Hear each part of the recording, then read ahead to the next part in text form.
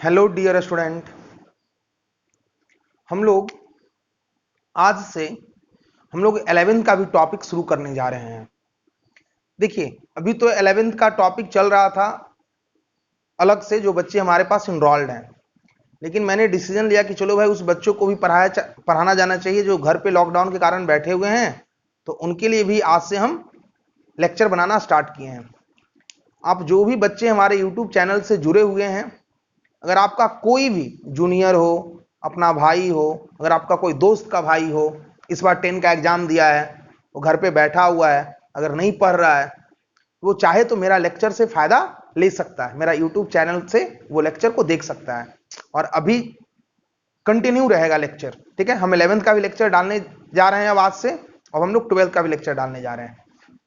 और वैसा ही इन्वायरमेंट में हम लोग पढ़ेंगे जैसा इन्वायरमेंट में हम लोग क्लासरूम में पढ़ा करते थे। आपको बिल्कुल बहुत ही इंजॉय आने वाला है ना। आप बिल्कुल फील नहीं करोगे कि आप ऑनलाइन क्लास कर रहे हो, आपको लगेगा कि मैंने टीचर के सामने पढ़ रहे हैं, है ना। तो आज हम लोग शुरू करने जा रहे हैं मोल कॉन्सेप्ट, है ना। ये फर्स्ट चैप्टर है 11th का। तो देखिए, हम लोग शुरू करने क्या जा रहे हैं, मोल कॉन्सेप्ट। तो हम लोग सबसे पहले जानते हैं कि ये मोल होता है क्या। मोल होता है क्या, तो हम सबसे पहले बताएंगे कि मोल हमारा एक यूनिट होता है। मोल क्या होता है, एक यूनिट होता है मास का, नंबर का और वॉल्यूम का। ये जो मोल है एक केमिस्ट्री का यूनिट है। मोल क्या है, केमिस्ट्री का यूनिट है, जिससे हम लोग क्या मेजर कर सकते हैं, मास, नंबर और वॉल्यूम। अब देखो भाई, आप बोलोगे सर ये यूनिट क्या होता है। तो यूनिट का मतलब होता है कि जैसे आप दुकान में गए, तो आप दुकान में गए तो बोलते हैं भैया जी मेरे को 1 केजी आलू देना। तो अगर आप ये कह रहे हो कि भैया जी मेरे को 1 केजी आलू देना, तो 1 केजी क्या है, एक यूनिट है जिससे आप मास मेजर कर सकते हो।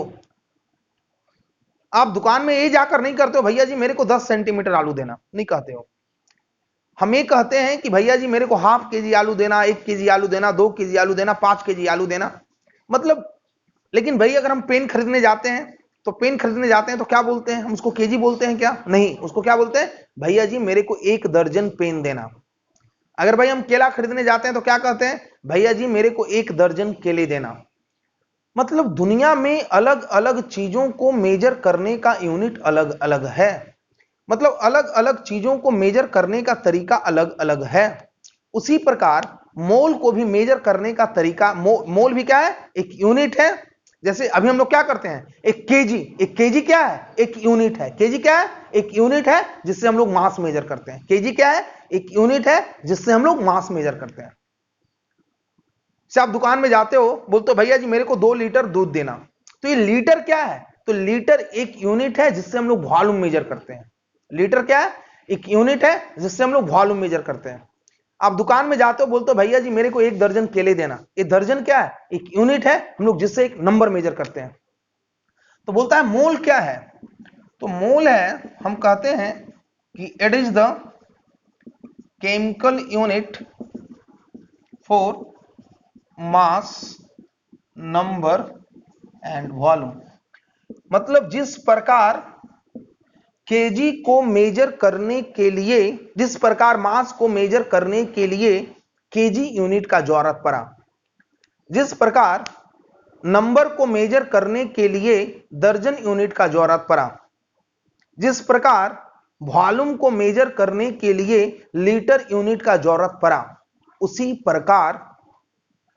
प्रकार केमिस्ट्री को मास, नंबर और वॉल्यूम को मेजर करने के लिए मोल टर्म का जरूरत पड़ा। उसी प्रकार केमिस्ट्री को मास, नंबर और वॉल्यूम को मेजर करने के लिए मोल टर्म का जरूरत पड़ा। तो क्या बोलता है कि ये मोल जो है एक केमिकल यूनिट है। मोल क्या है, एक केमिकल यूनिट है जिससे हम लोग क्या मेजर कर सकते हैं, मास मेजर कर सकते हैं, नंबर मेजर कर सकते हैं और वॉल्यूम मेजर कर सकते हैं। मतलब मोल जो है एक केमिस्ट्री का केमिकल यूनिट है जिससे हम मास मेजर कर सकते हैं, नंबर मेजर कर सकते हैं और वॉल्यूम मेजर कर सकते हैं। मतलब मोल जो है केमिस्ट्री का यूनिट है जिससे हम लोग मास मेजर कर सकते हैं, नंबर मेजर कर सकते हैं और वॉल्यूम मेजर कर सकते हैं। चलो, अगर हम आगे की बात करें तो हम लोग कैसे कैसे हम लोग मोल को डिफाइन करते हैं। तो हम लोग सबसे पहले लिखते हैं कि मोल इन टर्म्स ऑफ नंबर। तो अगर नंबर के टर्म में अगर मोल को डिफाइन करना हो, तो अगर नंबर के टर्म में हम मोल को कैसे डिफाइन करते हैं, हम बोले क्या कि मोल क्या है, एक यूनिट है जिसे हम लोग क्या मेजर कर सकते हैं, मास, नंबर और वॉल्यूम। मतलब मोल से हम मास मेजर कर सकते हैं, नंबर मेजर कर सकते हैं और वॉल्यूम मेजर कर सकते हैं। ठीक है, तो अगर हम बात करें कि मोल को अगर नंबर के टर्म में लिखना हो तो हम लोग कैसे लिखते हैं, तो कहता है कि कलेक्शन ऑफ 6.022 into 10 के power 23 particles of any substance is called 1 mole। बोलता है अगर कोई भी सबस्टांस अगर वो 1 मोल है, अगर कोई भी सबस्टांस अगर वो 1 मोल है, तो वो अपने 6.022 इंटू 10 के पावर 23 पार्टिकल से मिलकर बना हुआ है। क्या बोला, बोला कि अगर दुनिया का कोई भी सबस्टांस अगर वो 1 मोल है, तो वो अपने 6.022 इंटू 10 के पावर 23 पार्टिकल से मिलकर बना हुआ है। किससे मिलकर बना हुआ है, 6.022 10 के पावर 23 पार्टिकल से मिलकर बना हुआ है। से मैं बात करूं कि ये पेन, अगर मैं इस पेन को लूं, तो अगर ये पेन अगर ये 1 मोल है, तो अगर ये पेन अगर ये 1 मोल है, तो वो भी अपने छोटे छोटे पार्टिकल से मिलकर बने हुए हैं। अगर ये पेन अगर ये 1 मोल है, तो ये अपने छोटे छोटे पार्टिकल से मिलकर बने हुए हैं। और अगर ये पेन अगर ये 1 मोल है, तो अगर ये पेन अगर ये 1 मोल है, तो वो 6.022 इंटू 10 के पावर 23 पार्टिकल से मिलकर बना हुआ है। मतलब कोई भी सबस्टांस अगर वो 1 मोल है, तो वो अपने 6.022 इंटू 10 के पावर 23 पार्टिकल से मिलकर बना हुआ है। 6.022 इंटू 10 के पावर 23 पार्टिकल से मिलकर बना हुआ। अब देखो हम लोग इस नंबर को क्या कहते हैं, तो हम लोग कहते हैं इस नंबर को एवोगाड्रो नंबर, है ना। इस नंबर को हम लोग क्या कहते हैं बच्चों, तो इस नंबर को हम लोग कहते हैं एवोगाड्रो नंबर। और इसको हम लोग डिनोट किससे करते हैं, Na से और N0 से। इस नंबर को हम लोग क्या कहते हैं, एवोगाड्रोज नंबर। और इसे हम लोग डिनोट किससे करते हैं, Na से N0 से। तो क्या बोला कि मोल जो है एक यूनिट है मास का, नंबर का और वॉल्यूम का, है ना। मोल क्या है, एक यूनिट है मास का, नंबर का और वॉल्यूम का। क्या बोलता है कि अगर कोई भी सबस्टांस अगर 1 मोल है, वो अपने 6.022 इंटू 10 के पावर 23 पार्टिकल से मिलकर बना हुआ है। ठीक है, अब देखो तो अगर हम बात करें कि ये पार्टिकल्स, आप लोग पढ़े होंगे कि पार्टिकल्स बेसिकली 3 टाइप्स के होते हैं। क्या क्या होते हैं, तो आप लोग पढ़े होंगे कि there are 3 types of particles. There are 3 types of particles. और वो पार्टिकल्स क्या क्या होते हैं, तो अगर मैं पार्टिकल्स की बात करूं, तो पार्टिकल्स 3 टाइप्स के होते हैं। वो होते हैं एटम्स, मॉलिक्यूल्स और आयंस, है ना। मतलब या तो वो अपने एटम से मिलकर बना होता है कोई सबस्टांस, या तो वो मॉलिक्यूल से, या तो वो आयन से।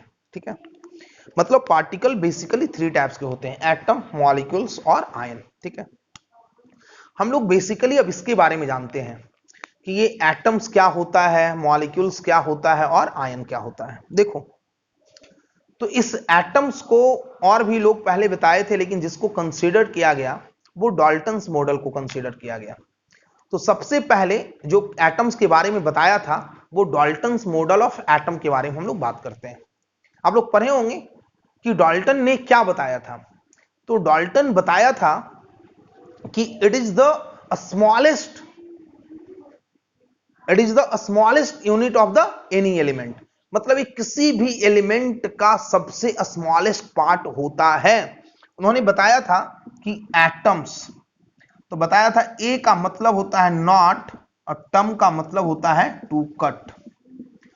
मतलब एटम्स का मतलब होता है कि ये सबसे स्मॉलेस्ट पार्ट है जिसको हम काट नहीं सकते हैं, मतलब it is the smallest unit of the any element which can not further divided.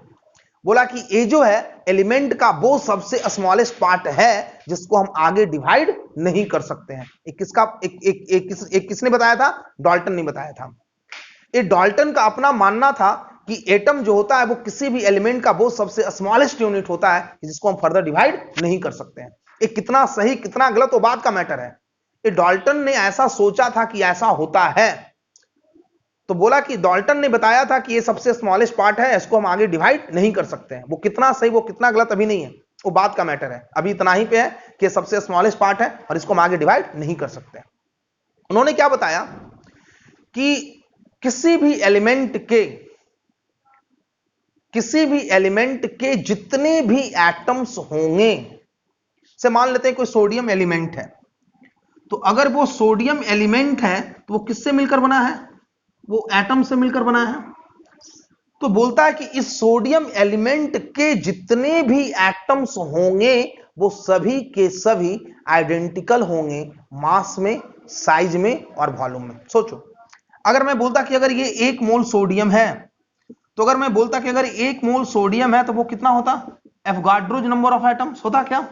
और अगर ये एवोगाड्रोज नंबर ऑफ एटम्स होता, तो अगर ये एवोगाड्रोज नंबर ऑफ एटम्स होता तो वो सारा का सारा एटम्स आइडेंटिकल होगा। बोलता है कि all atoms of any element will be identical in shape, size and volume. बोलता है किसी भी एलिमेंट के जितने भी एटम्स होंगे, किसी भी एलिमेंट के जितने एटम्स होंगे वो सभी के सभी आइडेंटिकल होंगे। किसमें? शेप में, साइज में और वॉल्यूम में। ये किसका मानना था? ये डाल्टन का मानना था। पहला क्या बताया था कि किसी भी एलिमेंट के सबसे स्मॉलेस्ट पार्ट है, it is the smallest part of the element which can not further divided. ये मतलब किसी भी एलिमेंट का वो सबसे स्मॉलेस्ट पार्ट है जिसको हम आगे डिवाइड नहीं कर सकते हैं। दूसरा इन्होंने क्या बताया कि किसी भी एलिमेंट में जितने भी एटम्स होंगे वो सभी के सभी आइडेंटिकल होंगे। किसी भी एलिमेंट में जितने भी एटम्स होंगे वो सभी के सभी आइडेंटिकल होंगे। किसमें? शेप में, साइज में और वॉल्यूम में। दूसरा बात। तीसरा बात इन्होंने क्या बताया था, से मान लेते हैं कोई सोडियम एलिमेंट है, तो सोडियम एलिमेंट के ढेर सारे सोडियम के एटम्स हैं, तो ये सोडियम एटम जितने हैं वो तो सब आइडेंटिकल है, लेकिन वो पोटेशियम एटम्स के एटम के आइडेंटिकल नहीं होंगे। मान लेते हैं अगर ये सोडियम के एलिमेंट है तो सोडियम के एलिमेंट ढेर सारे एटम से मिलकर बना है। अगर ये पोटेशियम के एलिमेंट है तो पोटेशियम के ढेर सारे एटम से मिलकर बना है। समझो बात को, मतलब ये सोडियम के एटम सभी आइडेंटिकल, ये पोटेशियम के एटम सभी आइडेंटिकल, लेकिन सोडियम के एटम्स और पोटेशियम के एटम्स आपस में आइडेंटिकल नहीं होंगे। सोडियम के एटम्स और पोटेशियम के एटम आपस में आइडेंटिकल नहीं होंगे। तीसरा बात इन्होंने क्या फिर बताया, तो हम लोग अगर आप चाहो तो इसको लिख सकते हो, इसको लिख लो, है ना, कि पार्टिकल 3 टाइप्स के होते हैं। इसको हम लोग एटम, मॉलिक्यूल्स और आयन कहते हैं। अब देखो तो अगर मैं बात करूं कि डाल्टन्स मॉडल ऑफ एटम, तो अगर मैं बात करूं कि डाल्टन्स मॉडल ऑफ एटम, है ना, तो क्या बोला? It is the smallest part of the element, it is the smallest part of the element which cannot further divided, है ना। बोलता है it is the smallest part of the element which cannot further divided। दूसरा क्या बोलता है? बोलता है कि all atoms of any element, all atoms of any element will be identical in shape, size and volume, है ना। तीसरा क्या बोलता है कि different element having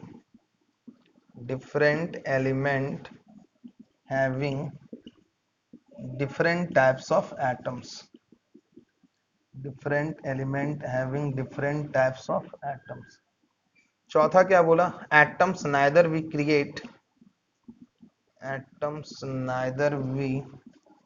create atoms, neither we create nor we destroyed, है ना। atoms neither we create nor we destroyed, है ना। तो चलो ये तो बुक में भी आप लिख लोगे, है ना। बात को समझना है। तो डाल्टन क्या बोला कि ये जो है वो सबसे स्मॉलेस्ट पार्ट है और इसको हम फर्दर डिवाइड नहीं कर सकते हैं, ठीक है। चलो, तो ये डाल्टन का मानना था, तो इसको हम लोग क्या बोले, डाल्टन्स मॉडल ऑफ एटम।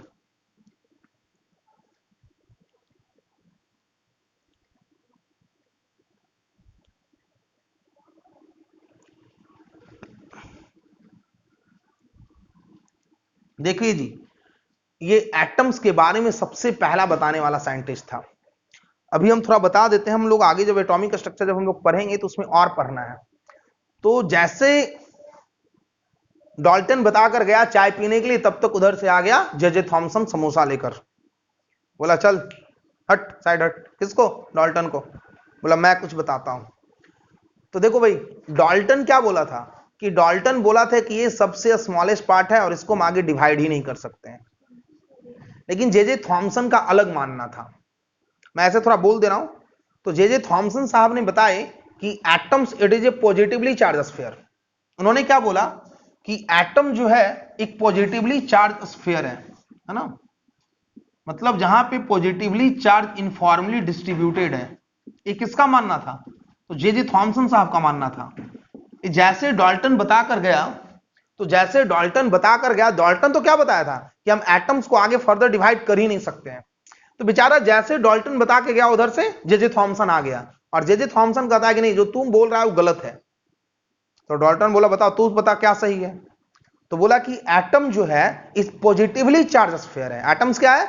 एक पॉजिटिवली चार्ज स्फीयर है, और जहां पे पॉजिटिवली चार्ज इनफॉर्मली डिस्ट्रीब्यूटेड है, मतलब समान रूप से पूरे के पूरे स्फीयर में फैला हुआ है। और बोला कि इस पॉजिटिवली चार्ज को इलेक्ट्रिकल न्यूट्रलाइजेशन के लिए, इस पॉजिटिवली चार्ज का इलेक्ट्रिकल न्यूट्रलाइजेशन के लिए electron embedded between two positive charge. बोलता है कि इसके चार्ज न्यूट्रलाइजेशन के लिए इसमें जो है इलेक्ट्रॉन इंबेडेड है। दो पॉजिटिव चार्ज के बीच में ये इलेक्ट्रॉन इंबेडेड है। Embedded, what do mean by embedded? मतलब धंसा हुआ है। मतलब न्यूट्रलाइज करने के लिए, इसके चार्ज को न्यूट्रलाइज करने के लिए इलेक्ट्रॉन जो है उसके बीच बीच में धंसा हुआ है। ये किसका बताना था जी? ये किसका मानना था? जे थॉमसन का मानना था। फिर जे थॉमसन गया, फिर रदरफोर्ड आया। आप लोग पढ़े होंगे, पॉजिटिवली एक गोल्ड फॉइल लिया, बम्बार्डिंग करा, अल्फा पार्टिकल का देखा, कुछ अल्फा पार्टिकल पास कर जा रहे हैं, है ना। तो सब हम लोग पढ़ेंगे जब हम लोग एटॉमिक स्ट्रक्चर पढ़ रहे होंगे। बस अभी थोड़ा सा याद रखना है कि किसी भी एलिमेंट, मान लीजिए सोडियम एलिमेंट है, तो इसमें सोडियम एलिमेंट के जितने भी एटम्स होंगे वो सब आइडेंटिकल होंगे। पोटेशियम एलिमेंट के जितने एटम्स होंगे वो सब आइडेंटिकल होंगे, शेप में, साइज में, वॉल्यूम में। लेकिन